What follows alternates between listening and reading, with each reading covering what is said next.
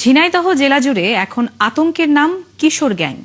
শহর থেকে গ্রাম, পাড়া মহল্লা থেকে শিক্ষা প্রতিষ্ঠান সবখানেই বাড়ছে তাদের দৌরাত্ম্য।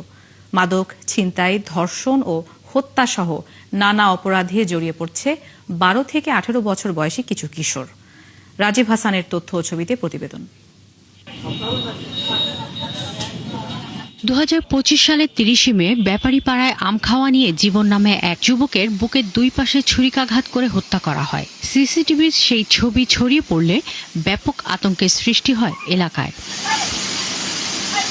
এছাড়াও চলতি বছরের 26শে মার্চ মহেশপুরে প্রেমিককে আটক রেখে এক তরুণীকে ধর্ষণের দায়ে আটক হয় কিশোর গ্যাংয়ের সদস্য হযরত শাওন, নয়ন ও আমিন। পরে তারা দোষ স্বীকার করে।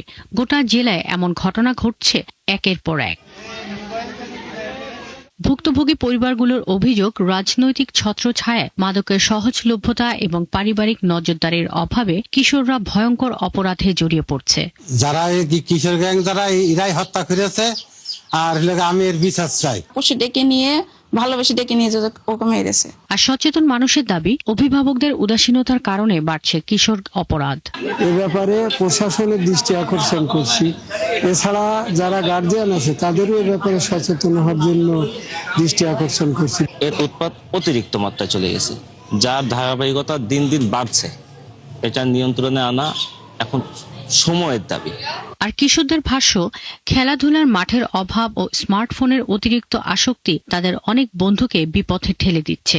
যেগুলো হচ্ছে পরিবার অসচ্ছল, সেখান থেকে আসলে কিশোর গ্যাংগুলো উঠে আসছে বেশি। কারণ একটা ভালো ফ্যামিলির ছেলে বা মেয়ে কখনোই এসব জায়গায় তাদের বিচরণ হবে না।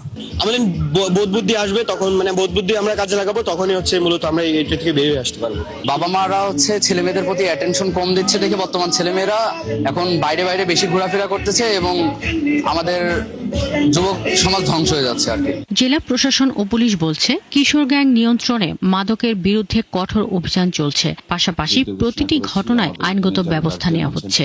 স্কুলের শিক্ষকবৃন্দ রয়েছে, সমাজের প্রতিনিধি রয়েছে, সাংবাদিক নেতৃবৃন্দ রয়েছে, সবাইকে নিয়ে আমরা কাজ করছি।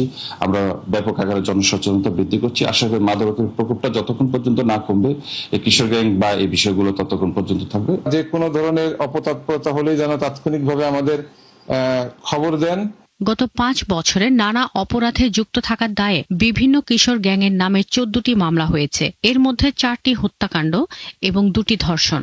মামলা হয়নি এমন ঘটনাও অসংখ্য।